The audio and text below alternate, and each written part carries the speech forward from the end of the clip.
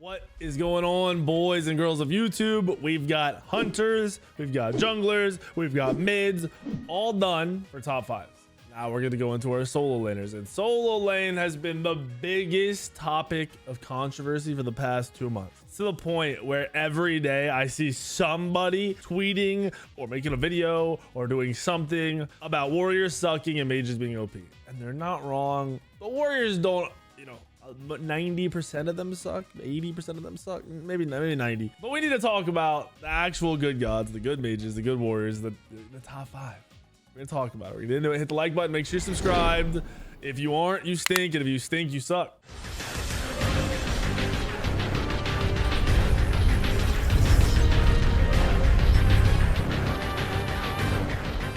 So top five, we're just going right into it. I'm not even doing honorable mentions. We're just getting it. It's a warrior.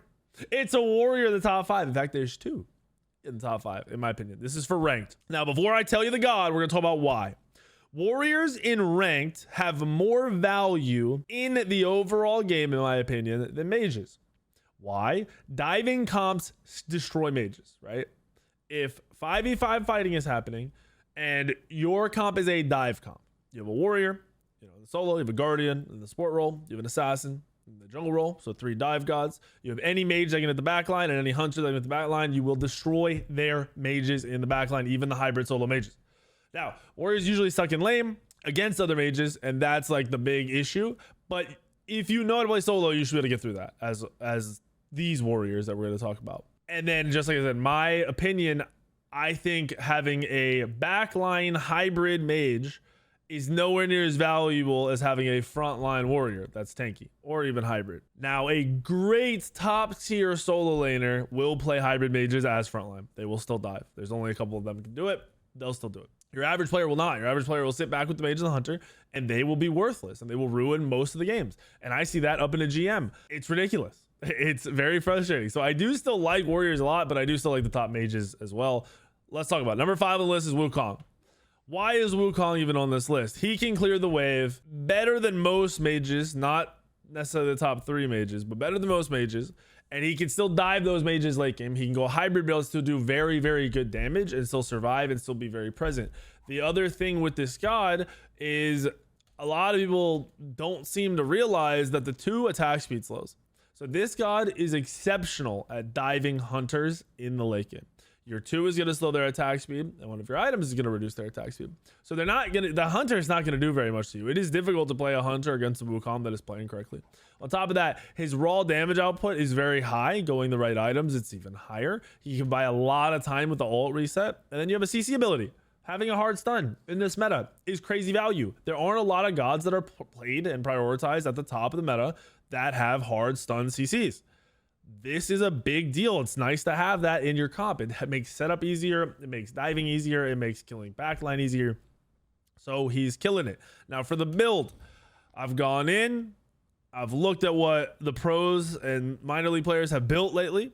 And it seems like we're still somewhere around this damage hybrid build. And I understand it. You're going to go corrupted bluestone. Why are you going to go corrupted bluestone, you might ask?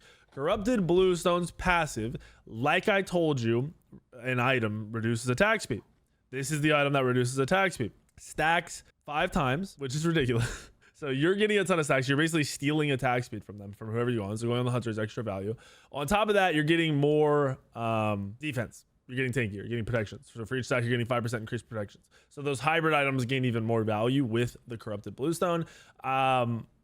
I know it seems a little weird not going regular bluestone for extra damage, but this is extra damage while also making you tankier, while also making them do less damage. It's really important for the late game because being full damage Wukong, you're going to die very, very quickly if you don't have these type of items in your build.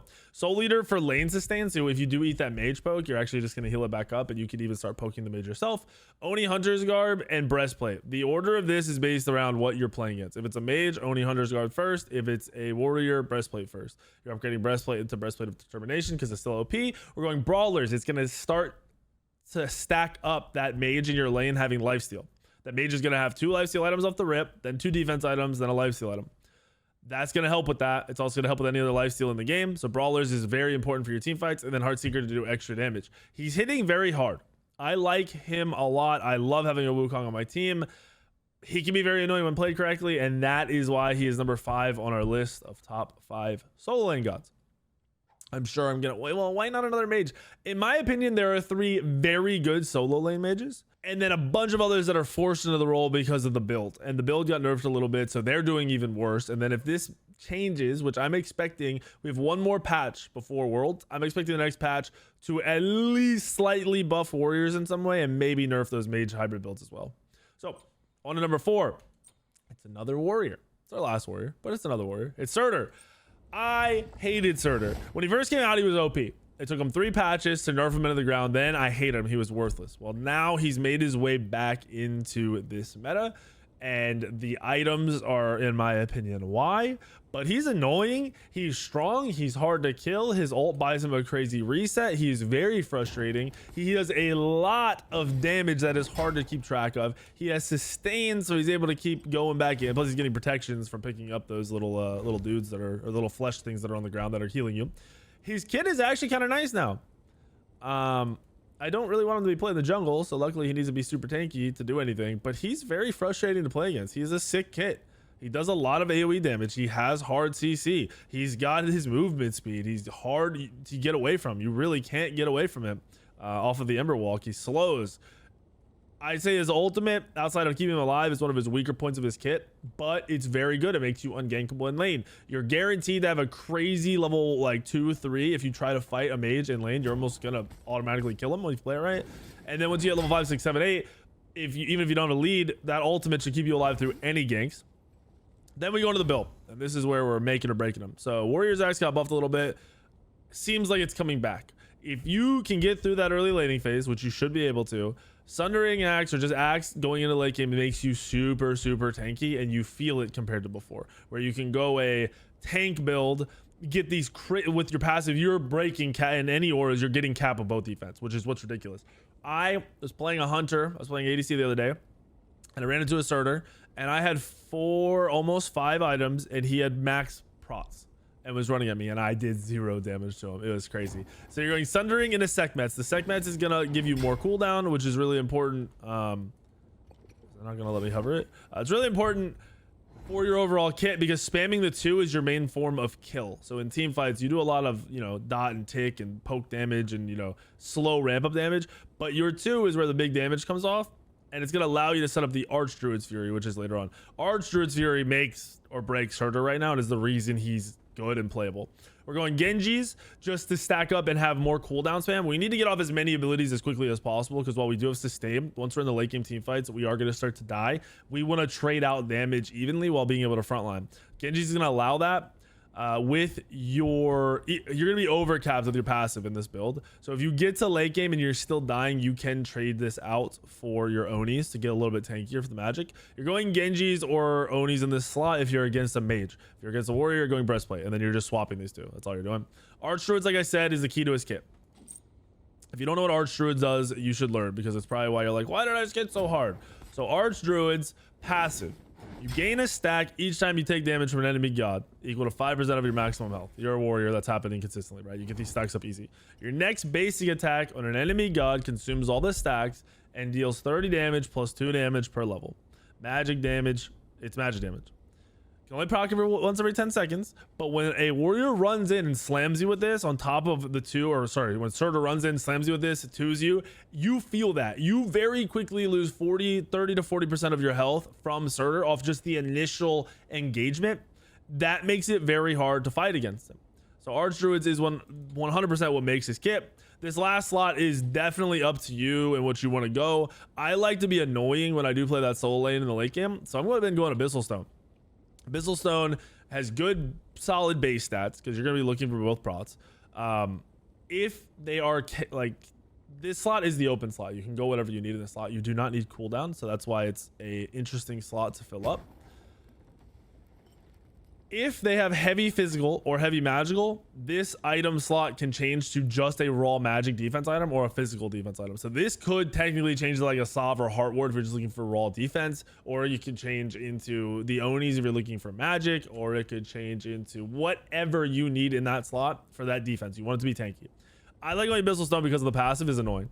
Successful ability damage to an enemy god applies a debuff that afflicts them with 20% negative CDR for 5 seconds. It makes their abilities have longer cooldowns. It's just fun to be annoying. And you know they're feeling it while you're running at them. So I like this item a lot in that slot. I think it's a very underutilized item currently. So Surtur, number 4 on our list. Remember, diving with Surtur, getting in just like you would on Wukong on the Hunter. Surtur can dive mages or hunters. He can do a lot, especially if they don't have high movement. That 3 will keep you on top of whoever you're hitting, and it's very, very potent and hard to deal with. So we're done with our warriors in the solo lane. Now we can get to, you know, what everyone's been crying about. Raijin is going to be number 3 on our top 5 solo lane list. He was number 1 before by a lot. They nerfed him a bit. He's still strong, but you can feel the difference between him being completely broken and him just being very, very strong. His lane phase is nuts. He's very, very safe. He's super hard to kill. His cooldown is ridiculous with the passive changes that they've done to him. He has a slow, which procs right away. So he's got a form of CC. He can be heavily aggressive because of the cooldown he has. His mini mez ends up being very valuable, and then honestly, it kind of hits decently hard. And then your ultimate, the kicker. The ultimate can be used to do raw damage, to set up your teammates by pulling them in, or to keep everyone alive by pushing them away. So you have a good peel in your kit that people don't realize is kind of broken. It's a long time that you lock somebody down. It's long range. So if anyone's trying to run away or keep distance, you can change that very, very quickly. And in the laning phase, having this keeps you alive. You can push the solo laner off of you. They're never going to have beads. Most junglers are going blink early, so they're not going to have beads. You can just swap into your ult and just push them away and tell them get out of here. So your laning phase is very strong. Your team fight is where everything goes nuts. You're a mage with the build, the solo lane build, that is tanky enough to dive in consistently with the 3. If you get turned on, you pop your ultimate and you use it in whatever way you need to.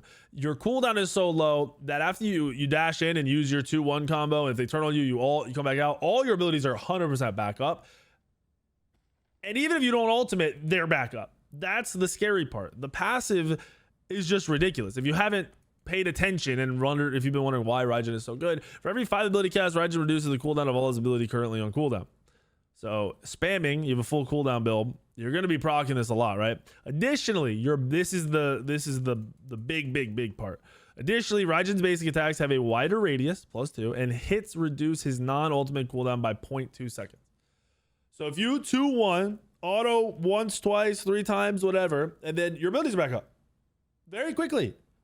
Instantly. It's very hard to play against and judge when you don't know the actual cooldown and when the ability is going to. You have to kind of have a feel for him landing his autos, which is just super awkward.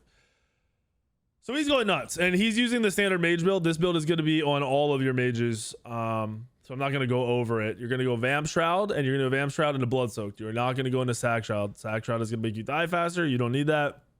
You're going to be wanting to go Blood Soaked. You're going to go into more lifesteal, which is actually kind of a hybrid lifesteal item. It's Pythags, health, power, lifesteal, cooldown, an aura for more power and more lifesteal. Very, very good aura, by the way, for team fighting, but also just a overstated item. Super overstated item. Then if you're against a physical, you will go breastplate here. If you're against a magical if you're against physical, you will go breastplate here. Or if the magical you're against is not killing you, but the jungler is a physical jungler killing you, you would go breastplate in this slot. Just like all the other